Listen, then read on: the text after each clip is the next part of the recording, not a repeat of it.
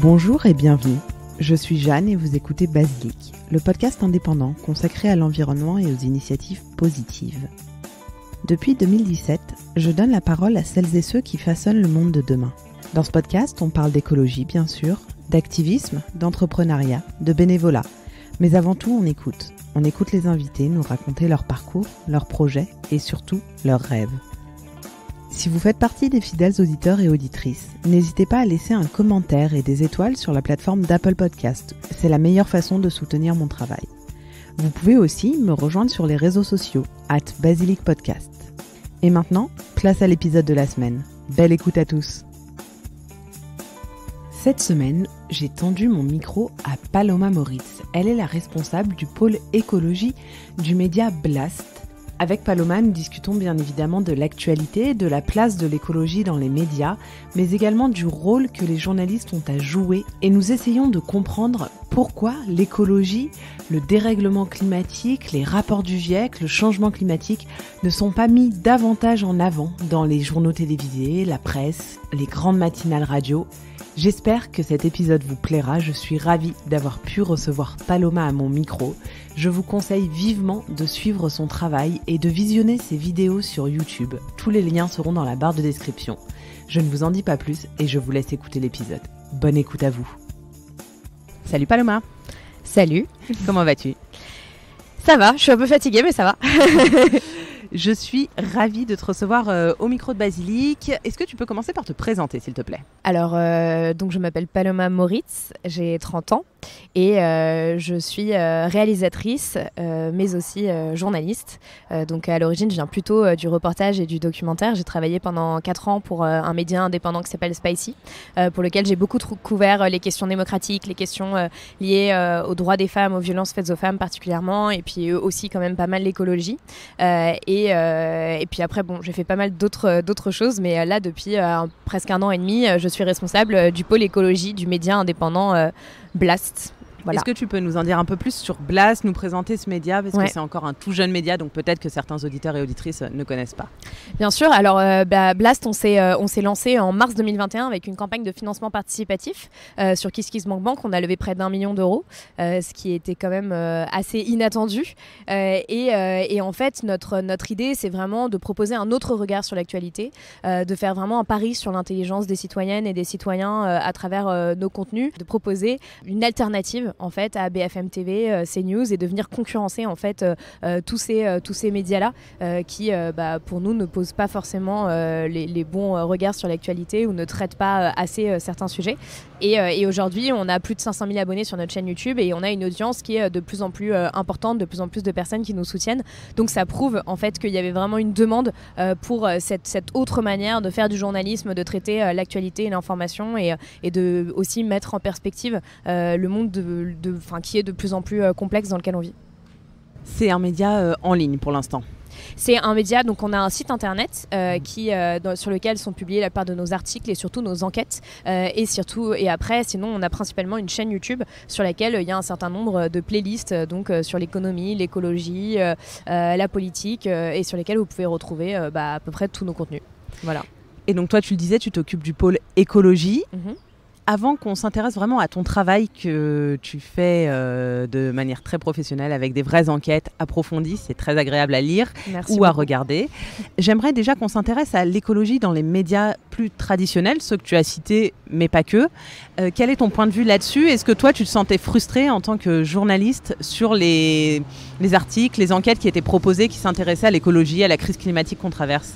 En tant que journaliste et en tant que citoyenne aussi, je suis clairement frustrée par la manière dont les médias traditionnels traitent de l'urgence écologique.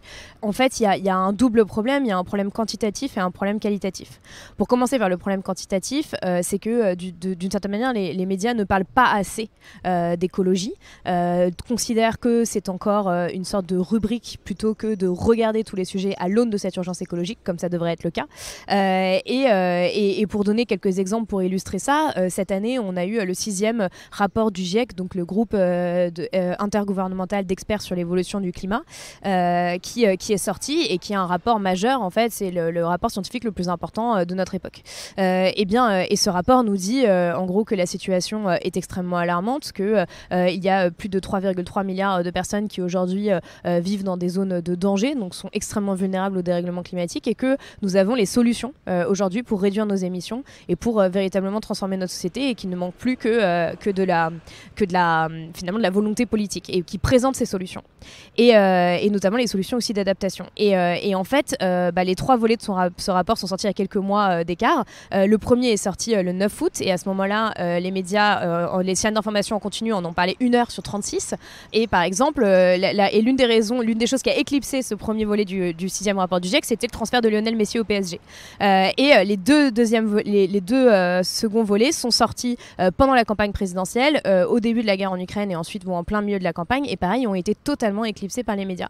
Et en fait, pour moi, ça c'est un exemple vraiment emblématique, parce qu'on parle ici d'un rapport qui devrait provoquer un sursaut général. On devrait en parler sur tous les plateaux télé, se dire ok, on a une urgence absolue, comment est-ce qu'on s'organise, on met tous les cerveaux sur le coup, on interroge tous les politiques là-dessus, notamment pendant la présidentielle, et en fait ça n'a absolument pas été le cas. Et donc dans ces moments-là, moi j'ai vraiment l'impression de vivre dans une réalité parallèle, parce que j'ai le nez dans les rapports scientifiques, j'ai le nez dans cette urgence en permanence, et je me dis mais c'est pas possible, on ne peut pas continuer à faire des sujets dans les médias en parlant de la douceur hivernale et des Français qui vont manger des glaces en plein mois de décembre, sans faire aucun lien avec le dérèglement climatique, de la même manière que en ce moment on est en train de vivre des sécheresses historiques, et en fait on en parle très peu, et il y a très peu de mise en perspective.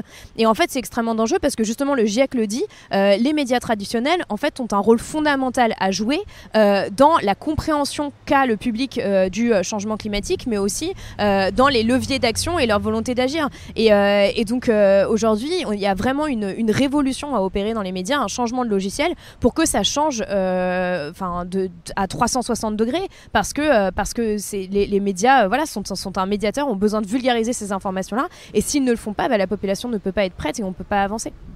Et donc, comment est-ce qu'on peut faire pour que les médias changent de perspective, acceptent de traiter de ces sujets-là? Tu as mentionné la sortie du rapport du GIEC.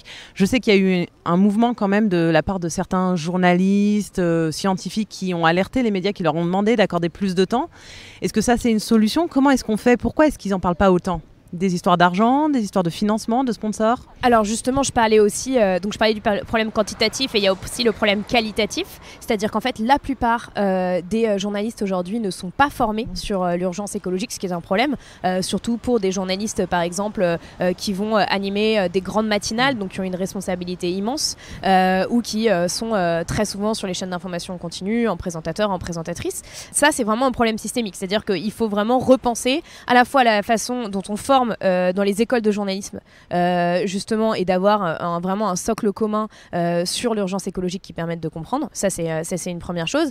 Et ensuite, il faut aussi une formation continue dans les rédactions.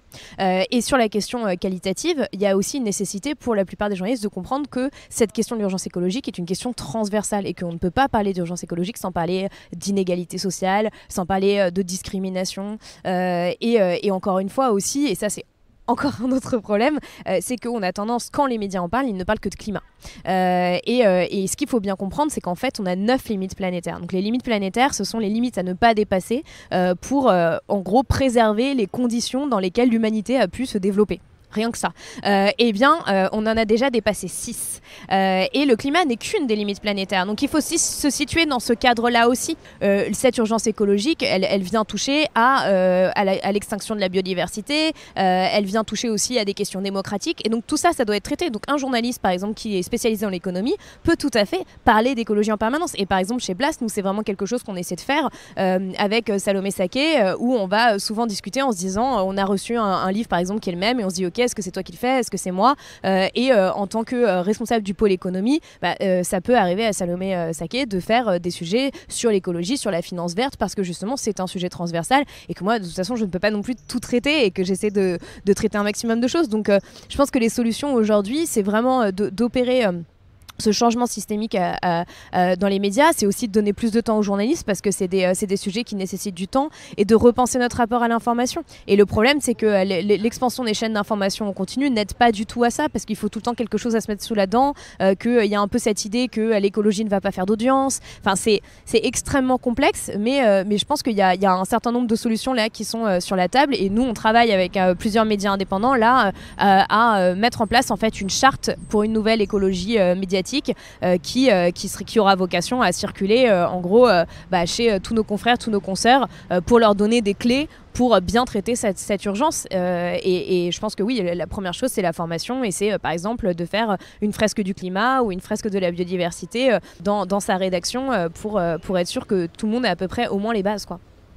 Parce qu'aujourd'hui, tu le disais, certains journalistes ou certaines journalistes n'ont pas forcément ces bases-là. C'est pas quelque chose qui est enseigné, par exemple, en école de journalisme. Exactement. Et puis surtout, en fait, ils ont tendance à avoir une pensée très en silo. On l'a vu pendant cette campagne présidentielle. Au mieux, le sujet le climat a occupé 5% du temps médiatique pendant cette présidentielle. Et au moment où le deuxième volet du 6e rapport du GIEC est sorti, c'était 1,2% cette semaine-là. Donc, c'est complètement hallucinant. Et en fait, en réalité, les journalistes, donc pendant la présidentielle, ne posaient pas de questions aux candidats sur l'urgence écologique et c'est l'une des raisons pour lesquelles on a organisé le débat du siècle et en fait souvent c'était les auditeurs qui à la fin appelaient et posaient les questions, donc heureusement qu'ils tenaient leur rôle, ou parfois ça allait être ah oui, on a notre spécialiste environnement qui va venir poser une question, et souvent en fait on n'a parlé que d'énergie et on n'a pas parlé d'écologie de façon générale, et ça c'est extrêmement alarmant quand on se dit que en fait on est quand même en train de décider de la personne qui va diriger le pays pendant les 5 prochaines années et qu'on sait que en fait, la politique climatique de la France va être déterminante justement sur ce quinquennat. On ne peut pas mettre de côté ce sujet-là. Et pourtant, c'est exactement ce qui a été fait parce que justement, les journalistes se disent oui, c'est un sujet parmi d'autres, mais quand même, c'est très important qu'on parle du voile, de l'immigration, de l'insécurité. Enfin, c'est dingue en fait de voir aussi la hiérarchie qu'on met dans les sujets. Mais justement, tu l'as dit, les auditeurs et les auditrices ont appelé parfois les radios, etc. pour poser ces questions engagées. C'est quand même hallucinant que je trouve que les journalistes n'aient pas réussi à prendre le recul en se disant mais finalement, si on nous pose des questions, c'est qu'il y a un intérêt. Après l'organisation du débat du siècle, on aurait pu se dire qu'il y allait avoir un renversement total et que les questions allaient changer, et au final, non. Alors en fait, en réalité, on peut... Alors c'est toujours un peu le truc, on peut voir le verre à moitié vide ou le verre à moitié plein, mais après le débat du siècle, déjà moi j'ai été très étonnée de toutes les reprises médiatiques qu'on a eues. On a vraiment eu des articles partout. Ensuite, il y a quand même eu pendant le débat entre Emmanuel Macron et Marine Le Pen, Gilles Boulot et La Salamé qui ont mis en avant le fait qu'ils allaient parler d'écologie. Après, c'était aussi de façon très caricaturale, c'est-à-dire que Gilles Boulot a introduit le propos en disant « Nous allons parler d'environnement parce que c'est une angoisse pour les jeunes aujourd'hui. » Non, excuse-moi, en fait c'est une angoisse pour tout le monde.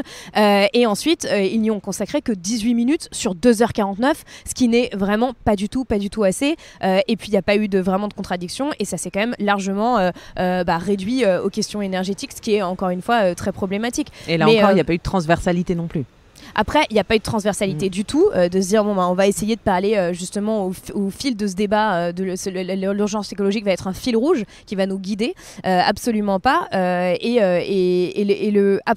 je pense que c'est quand même un peu en train de changer, c'est-à-dire que moi là ces derniers temps, ça m'est arrivé d'être invitée sur plusieurs plateaux télé, et je vois que les journalistes en fait commencent à comprendre que c'est un problème, et ça m'est arrivé même par exemple sur France 5 d'en discuter en off après en disant mais arrêtez d'appeler ça une émission verte. En fait, toutes vos émissions devraient être vertes en quelque sorte, et vous pourriez aussi poser des questions sur l'urgence écologique à des personnes qui ne s'y attendent pas ou qui ne sont pas des spécialistes de la question, parce qu'en fait ça irrigue absolument tous les sujets, et je sens qu'il commence quand même à y avoir une écoute par rapport à ça, et que les journalistes réalisent que évidemment c'est pas parfait. Hier j'étais avec le directeur de l'information de Radio France et il en était tout à fait conscient, et j'en ai parlé longuement avec lui, et voilà, maintenant la question c'est c'est bien d'être conscient, mais il faut agir, et il faut agir très très vite. On peut que espérer que ça change. Et alors toi, chez Blast, comment est-ce que tu travailles pour traiter ces questions-là? Tu mènes des enquêtes, je le disais en introduction, qui sont quand même très approfondies, qui sont poussées. Tu as du temps pour les mener. Comment tu t'organises toi en tant que journaliste responsable du pôle écologie? Alors le problème, c'est que pour le moment, le pôle écologie, ce n'est que moi. Donc je suis responsable d'un pôle, enfin ça m'arrive de travailler avec des pigistes, mais c'est plus pour des articles écrits, mais en tout cas, je sors une vidéo par semaine qui sort tous les vendredis. Donc si vous voulez les voir, en gros, c'est sur la playlist écologie sur la chaîne YouTube de Blast. Et en fait, du coup, c'est un rythme qui est quand même assez important parce que ces vidéos, j'essaie de les concevoir comme les plus ambitieuses possibles. Et donc ça va être soit des reportages, soit des faces caméra, donc des décryptages sur des grands sujets qui durent 15 à 20 minutes, soit des grands entretiens qui vont durer entre une demi-heure et une heure. Et donc en fait chaque semaine, parfois je vais tourner des sujets en avance et il y a des moments où je tourne un peu plusieurs choses, mais chaque semaine en gros le lundi, mardi, mercredi j'écris. J'enquête, je vais chercher des vidéos parce que quand je fais des vidéos de décryptage en fait je vais aussi mettre plein d'extraits vidéo pour rythmer, pour animer, et puis parfois aussi pour ajouter un peu d'humour ou d'humour noir. Mais en tout cas, voilà, d'être aussi dans ces codes-là, d'une sorte de nouveau journalisme qui est plus compatible avec YouTube, qui est très rythmé, où on essaie de pas perdre les gens, etc. Et c'est pas forcément facile sur des sujets aussi complexes que l'écologie. Donc je fais tout ce travail d'enquête, j'écris, je vais chercher tous les extraits, et ensuite le mercredi, je tourne face caméra, si c'est un jour ou une semaine où je fais une décryptage, et après je gère tout le montage derrière. Donc je monte avec une personne, mais en gros je suis en montage très souvent avec la personne où je lui donne toutes les indications sur une feuille et puis on travaille ensemble avec les monteurs, les monteuses de Blast et bon voilà, souvent le vendredi on est quand même un petit peu dernière minute, vite il faut faire les sous-titres, le titre, la vignette, ok on y va. Donc c'est assez intense, mais c'est aussi intense parce que je pense c'est entre guillemets un peu de ma faute. C'est-à-dire que je m'attaque quand même à des sujets souvent assez qui sont très vastes. Par exemple là il y a pas longtemps j'ai fait une vidéo sur ICOP, donc qui est le projet de Total en Ouganda qui en gros s'il voit le jour sera le plus long oléoduc chauffé au monde, qui est une véritable bombe climatique et sociale et qui est déjà en train de violer les droits humains en Ouganda et en Tanzanie. Enfin, c'est une catastrophe absolue, c'est typiquement le type de projet qu'on ne devrait plus du tout avoir, dont on ne devrait même plus parler. Et malheureusement, il y a encore aujourd'hui dans le monde 425 bombes climatiques. Donc voilà. Et donc du coup, forcément, sur un sujet comme ça, je vais aller enquêter sur les décisions de justice, je vais aller regarder toute la communication de Total, je vais éplucher les rapports des ONG. Et donc tout ça, je dois le faire en fait à vitesse grand V pour pouvoir écrire le plus vite possible. Et donc voilà, moi j'appelle ça les moments un peu aspirateurs. Donc je prends le plus d'informations possible. Et puis à ce moment-là, je pense à un extrait vidéo, donc je vais le chercher, je le note, etc.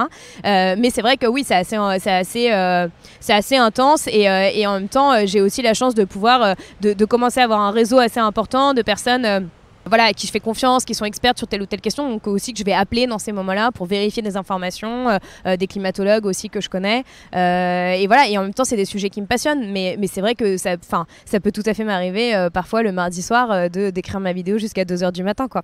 Mais je sais que Salomé le fait aussi beaucoup, donc voilà. T'es pas la seule voilà, dans la rédaction. rédaction. On se soutient mutuellement dans ces moments-là. Les vidéos de Salomé sont d'ailleurs excellentes aussi, et pareil, elle a un format décryptage comme ça qui est passionnant. Je mettrai tout ça dans la barre de description pour que les auditeurs et les auditrices puissent on a une très très belle sororité avec Salomé qui est vraiment géniale. Tu as évoqué l'exemple du décryptage que tu as réalisé récemment à propos du projet ICOP. Est-ce que tu peux nous en dire un petit peu plus sur ce projet, recontextualiser ? Je sais qu'il y a beaucoup d'activistes en Ouganda qui se mobilisent aussi. Donc, Vanessa Nakate et Hilda Flavia Nakabouye, qui sont deux jeunes femmes de 25 ans, qui sont un peu les Greta Thunberg ougandaises. Enfin, en tout cas, c'est comme ça qu'on les appelle dans la presse. Mais bon, en fait, elles sont juste elles-mêmes. Mais donc, ce sont des activistes pour la justice climatique qui étaient aussi... Moi, je les avais rencontrées à la COP, aussi à la COP 26 à Glasgow où j'ai fait un reportage pour Blast. Et en fait, c'est ça qui est terrible, c'est de se dire que c'est des jeunes femmes de 25 ans qui sont obligées de venir en Europe pour alerter les dirigeants, pour essayer d'alerter l'opinion publique en France, pour faire en sorte que cette espèce de néocolonialisme de Total n'ait pas lieu. Et le problème de ce projet ICOP, c'est que en fait, c'est un projet pétrolier à l'heure où en fait, on a à la fois le GIEC et l'Agence internationale de l'énergie qui disent si on veut avoir une chance de limiter l'augmentation de la température globale à 1,5 degré par rapport à l'ère pré-industrielle, il faut absolument qu'il n'y ait plus aucun projet fossile, aucun nouveau projet fossile, aucun nouveau projet d'extraction fossile. Et malheureusement, en fait, il y en a encore énormément dans le monde.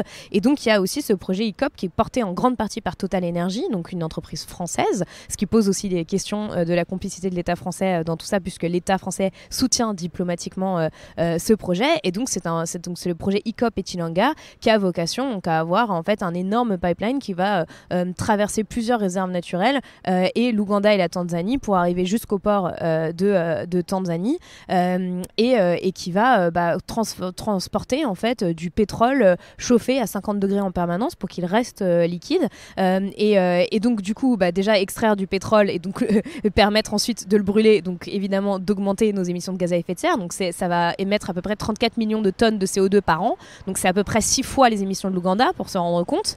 Et ensuite à côté de ça il y a aussi tous les impacts sur la biodiversité que va avoir ce projet, parce que ce projet, en fait ce pipeline va traverser aussi des lacs qui sont en fait les deux plus grandes réserves d'eau naturelle d'Afrique de l'Est, qui sont le lac Victoria et Albert. Et donc si par exemple s'il y a une fuite de pétrole, ce que les experts craignent en fait, et c'est vraiment une possibilité, eh bien en fait on touche à l'accès à l'eau potable de 44 millions de personnes.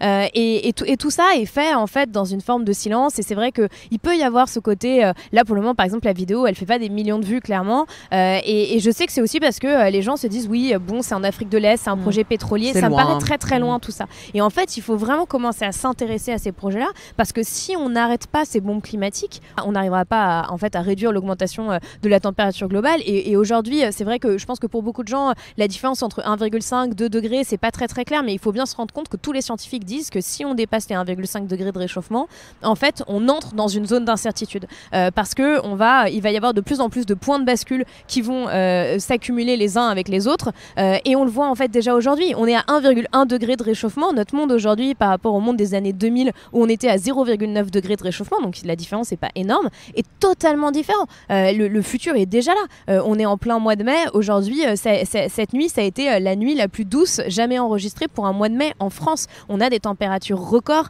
Cet été, il y a des villes entières qui ont été rayées de la carte, notamment au Canada, à cause des dômes de chaleur, des chaleurs extrêmes. Il y a eu des inondations intenses en Belgique, en Allemagne, qui ont fait des milliers de morts. Et là, par exemple, même ne serait-ce qu'en France, on est dans une sécheresse extrêmement alarmante, et on démarre l'été avec des réserves d'eau qui sont presque épuisées, en fait, qui sont inexistantes. Donc il y a quand même beaucoup de questions qui vont se poser. Et en fait, en réalité, il faut aussi qu'on commence à s'intéresser à ces multinationales fossiles, parce que ce sont elles qui mettent le feu à la planète et qu'il faut absolument les arrêter aujourd'hui, et donc enquêter autant qu'on peut dessus. Moi, j'ai fait un entretien avec Michael Correa aussi il n'y a pas longtemps, qui est un journaliste de Mediapart, et je vous invite vraiment à lire son livre qui s'appelle Criminel climatique. Si vous n'avez pas le temps de lire son livre, vous pouvez regarder l'entretien sur Blast, il dure que 1 heure, et moi qui m'a je saurais même pas comment dire. En fait, j'avais vraiment envie soit de tout brûler, soit d'exploser en pleurs après avoir fini son livre, parce que en fait, on se rend compte que voilà, les 3 multinationales les plus polluantes au monde, si on les réunit, en fait, elles sont le 3e pays le plus polluant au monde. Et ce sont aussi des multinationales qui se font énormément d'argent sur le fait de brûler la planète et de mettre des dizaines de millions de vies en danger. Bien sûr. Est-ce que tu as pu t'entretenir avec quelqu'un de chez Total, un responsable, quand tu as mené ton enquête? Est-ce que tu as essayé de les contacter pour en discuter? Non, alors j'ai pas, pour être tout à fait honnête, je les ai pas contactés, parce que je sais très bien comment ça se passe dans ces moments-là. En fait, on a le droit à un mail lacunaire, type, qu'ils envoient à tout le monde. Après, en fait, j'ai récupéré tout simplement leurs éléments de communication. Et leurs éléments de communication sont totalement hallucinants, parce que ils vont, par exemple, dire qu'ils n'auront aucun impact sur la biodiversité, qu'ils sont en concertation avec les populations locales. Et il y a encore une fois ce discours très néocolonial de dire on le fait pour le développement de ces régions-là, de ces pays-là. Donc c'est un discours qui est extrêmement cynique et qui fait peur, en fait, de voir à quel point ils sont complètement déconnectés de la réalité.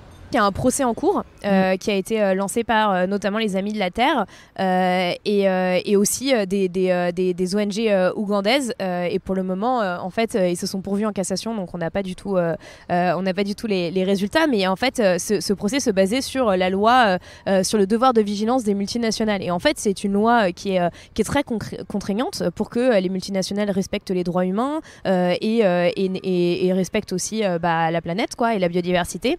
Le problème, c'est qu'en fait, aujourd'hui en France, il y a très peu de contrôle. Parce que l'inspection générale du travail est aussi débordée et ils sont complètement sous-staffés et donc il y a de plus en plus de procès qui sont sur la base de cette loi sur le devoir de vigilance, mais malheureusement il y en a très peu qui aboutissent réellement. Donc il y a aussi toute cette question aujourd'hui qui se pose en France, au-delà de Total d'ailleurs, de comment est-ce qu'on encadre ces entreprises. Déjà, qu'est-ce que vont devenir ces entreprises polluantes, et il faut vraiment se poser la question, parce que si on les arrête, comment on va transformer les activités, comment est-ce qu'on va former aussi leurs employés pour qu'ils fassent d'autres métiers et qui ne pâtissent pas de ça.